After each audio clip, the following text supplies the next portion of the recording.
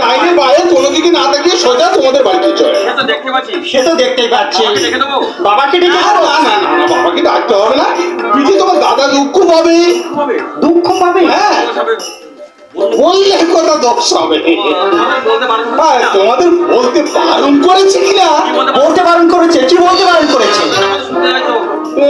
তুমি যখন শুনতেই চাইছো তাহলে বলেই ফেল। হ্যাঁ বলুন। আপনি বলুন জেঠামশাই। দাদা আমার?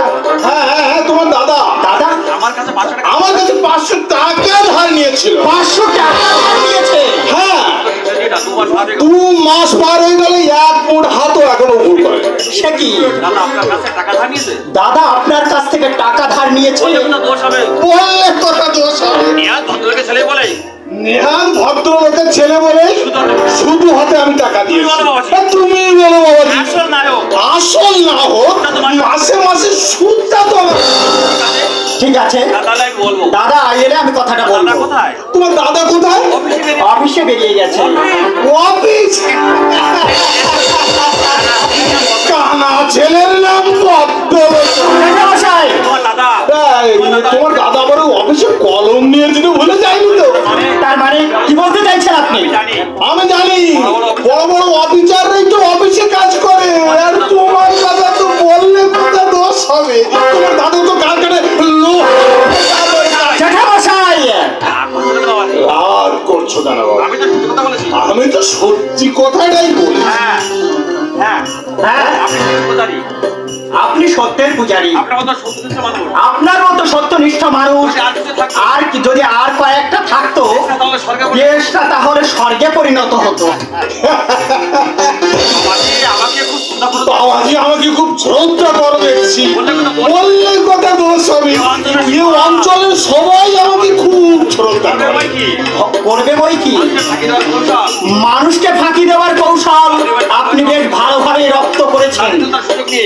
তাদের দারিদ্রতার সুযোগ নিয়ে মানুষকে ভিটে বাড়ি থেকে উচ্ছেদ করা, মানুষের চোখে জল ফেলা, এটাই তো আপনার প্রকৃত কর্ম। বললে কথা দোষ হবে। এটাই তো আমার পেশা। আমার গুরুদেব বলে গেছে কিনা পেশার কাজে চোর চাচুরি করলে কোনো পাপ। আপনার গুরুদেব কি বলে যাননি? আপনার পাপের প্রায়শ্চিত্ত কিন্তু আপনাকেই করতে হবে। তিনি কিন্তু তার ভাগ নেবেন না। বললে কথা দোষ হবে। আমার গুরুদেব পরম দেবতা।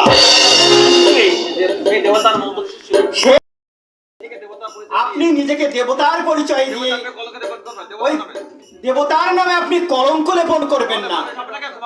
তাহলে মানুষ আপনাকে ক্ষমা করলেও ওই দেবতা কিন্তু কোনোদিন ক্ষমা করবে না। ক্ষমা করবে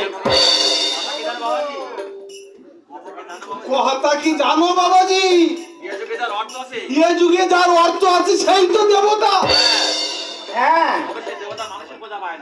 তবে সেই দেবতা মানুষের পূজা পায় না, পায় ঘৃণার থুৎকার।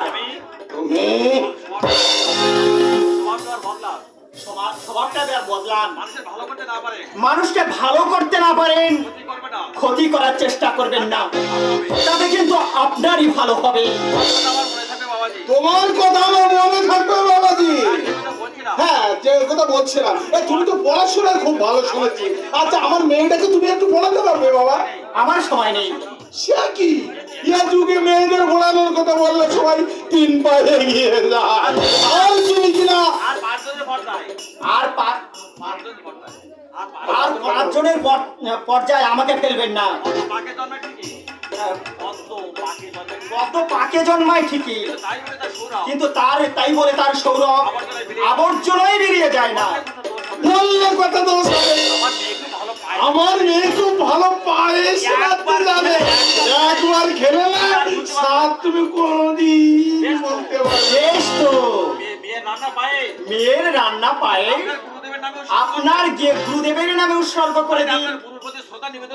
তাতে আপনার গুরুর প্রতি শ্রদ্ধা নিবেদন হয়ে যাবে, শেষে মেয়েও খুশি হবে। বললে কথা দোষ হবে। তুমি পুরুষ না বললো কিছু?